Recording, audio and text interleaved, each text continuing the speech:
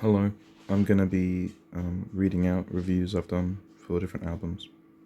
So this is the Tortured Poets Department by Taylor Swift. Aggressively okay slow pop that is incredibly safe, weak and shit, 3 out of 10. Track 1, 4 out of 10, mid. Track 2, 4.5 out of 10. Slightly better version of track 1 but too long. Lyrics are so shit I noticed them. Track 3, 3 out of 10. I forgot it happened as soon as it ended. Track 4 and 5. Melanie Martinez but worse somehow? 3 out of 10. Track 6. Snooze Fest. 3 out of 10. Track 7. This song is so nothing and too long. 2 out of 10. Track 8. More Martinez worship but worse again. 2 out of 10. Track 9. Florida. Has an identity and I like to hear the drums do something. 6.5 out of 10. That was generous. Track 10. Guilty as Sin. Melodically, it's literally the same copy-paste garbage, but we finally hear a hi-hat and no more inspirational kick and snare lyrics will suck though. 6 out of 10. Track 11. Who's Afraid of Little Old Me? Song has an identity but not a good one. Woman Manipulator Anthem. 5 out of 10. Track 12. I Can Fix Him. No, really I can. A great more mid-slow pop. We haven't had enough of this fuckery. Already lyrics bad as per. 3 out of 10. Track 13. Lommel. Mid-piano and another ballad. 1 out of 10. Track 14, I Can Read Your Mind. Has an identity kind of. Has an actual chorus of instrumental intrigue, and the outro is cool. Song still sucks. 4 out of 10. Track 15, The Smallest Man Who Ever Lived. She can't write a piano ballad to save her life, can she? The drums and string entering make this more recognizable, and the melody and vocal layering makes this an actual song. 3.5 out of 10. Track 16, The Alchemy. More shit inspirational music that sounds like it was handcrafted to be forgotten. 3 out of 10. Track 17, Clara Bow. Actually good and distinctive vocal performance in the verses, but the song is still boring and emblematic of the lack of risk and lazy writing that is present throughout this entire album. I forgot to rate it, but let's just say 5. Okay, Watershed. So part 1 to 2, tracks 1 to 5. Genre, progressive death metal, folk rock, prog rock. Album length, 55 minutes. Review.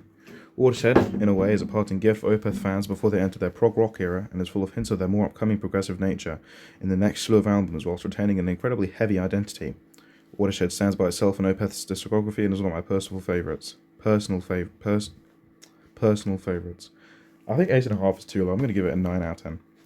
Track 1 calls an absolutely beautiful song with a duet between Michael and Natalie, really giving a unique identity for an Opeth song. Where Call fails, it upheld in comparison to much of the Damnation materials, so I'd rarely listen to it by itself. This is untrue. What was I smoking? I also think the big hump at the end is incredibly forced and not very effective way to move into Heir Apparent. 7 out of 10. I think it's more like an 8.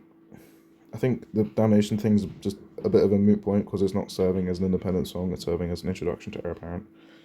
But I do think the big at the end is not very good. Track 2, Heir Apparent. This is some people's favourite Opeth song given how consistently fucking heavy it is. Why was I swearing? Okay, man. Even in its quietest moments, the song is just a gem to listen to, and I will return to it due to its unique identity within the Opeth discography. I also think the contrast between the entirely clean vocals in Coil and the only growl vocals in Heir Apparent give it an even greater intensity. Also to note, the addition of Martin Axelrod's really felt his more heavy-handed style lends itself very well to these more bombastic songs. I'm not too sure if I'd call Martin Axelrod heavy-handed. I think he's more heavy-handed in this album, but I don't think his style is heavy-handed. I just hadn't really listened to their prog material as much at this point. There'll always be something to return to an Heir Apparent, and the outro is gorgeous. 9 out of 10. Okay. Track 3. I love everything.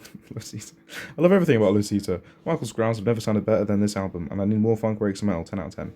Yeah, it's like in Sky Moves Sideways Phase 1 by Porcupine. Always very good. Okay, so the writing here is weird. I think burden is like a warning sign of things to come. I don't think warning sign is not a good term. I think the prog era is overhated. I was really digging into an hatred in this time. I really hadn't given them a fair shot, and I came into it with a negative view, thinking like these are rehashes. Having re-listened to the prog stuff, I think it's all pretty good, apart from Heritage, really, it's just an album that I can't get into too much. The ideas are not just 70s prog rehashes. Once again, a lot of the prog stuff isn't, but just sounds like it. It's just like a genre it's being within, but actually within the Opeth sound. Yeah. I think the only thing that I could properly say like as a genuine criticism of the prog era is the atmosphere. Like the vocals thing, fine, but the tone and the atmosphere in those albums is just something which you have to get over and treat it like a different band. The mid-tempo rocky nature of this song means I have to be in the mood for it, but this is a great song. The outro is really cool, but definitely jarring. 8 out of 10. I don't know, definitely jarring, yeah, cool, but that's the point. Like, it's trying to be unsettling, so why? It doesn't need to be said. It's obvious. Track 5, Porcelain Heart. Apparently the song was controversial, I don't see why. It's not the most adventurous outing on the album, but I really love the song. I'm pretty much all about 9 out of 10. Okay, I don't think Porcelain Heart and Heir Apparent are similar ratings. I'd say Porcelain Heart's like an 8. Or an 8.5. Or maybe Heir Apparent should be higher, more of a 9.5, maybe even a 10. Okay, let's scroll up. 2, Track 6, Hessian Peel. I love this song. It's so focused in the intro, Michael's vocals are perfect, and the medieval aspect is clear, not overbearing, which makes it incredibly enjoyable and fresh. Oh yeah, and it's as brutal as Heir Apparent. I really cannot recommend Hessian Peel enough. I don't know if it sounds actually as brutal as Heir Apparent. Like, it has a da-na-na, that riff there, that's very heavy, and probably one of the heaviest sections they've ever written. But it's so short. A lot of it's just very proggy. I don't think medieval's the right word. I think folksy. It's very folksy. But there's, I don't know. But 9 out of 10, I agree with that. The ratings are different between both. I'm terrible at this. Track 7, Hexamega. Hexamega is like Coil and what I would hard is in blah blah blah. Hexamega is like Coil and that I'd hard listen to it by itself.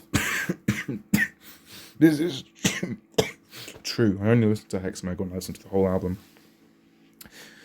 But it's such a perfect outing for this record that it just cannot be ignored. I think Hexamega is an absolutely amazing closer, but without the ramping tension building throughout the album isn't much of a great single. 7.5 out of 10. Yeah, I mean, I get the point of it not being a great single, but in prog, I don't know if that's really a point that matters too much. I think 8.75 out of 10, or 9, is better. I think this is better, because I think in this one it's put as like 8, 8.5. I think 8.75 is more accurate. And this is my last review for this video. This is Catch 33 by meshuggah. They went nuts. Very rarely hear this mix of pure insanity, technical virtuosity, and engaging songwriting. It also has a funny TikTok voice in Miles Mirrors, always 15 years ahead of the curve. 10 out of 10. Alright.